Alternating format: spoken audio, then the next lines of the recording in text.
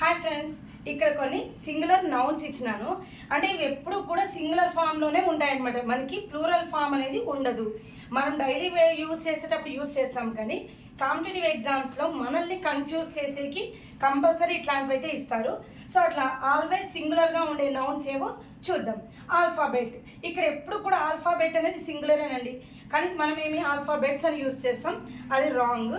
So ఇక్కడ ఈ words చూద్దాం. కొన్ని nouns: alphabet, news, scenery, paper, poetry, bread, machinery, luggage, wages, information, furniture, soap. So ఇక్కడ వీటికి ఎప్పుడూ కూడా ప్లూరల్ ఫామ్ అనేది ఉండదు. సో మనము ఇంగ్లీష్కి గ్రామటికల్ పరంగా తీసుకున్నామంటే ఇవి ఎప్పుడూ కూడా ఆల్వేస్ సింగులర్ నౌన్స్. మనం ఏమి ఫర్నిచర్స్, సోప్స్ అంటాం, కానీ అది రాంగ్.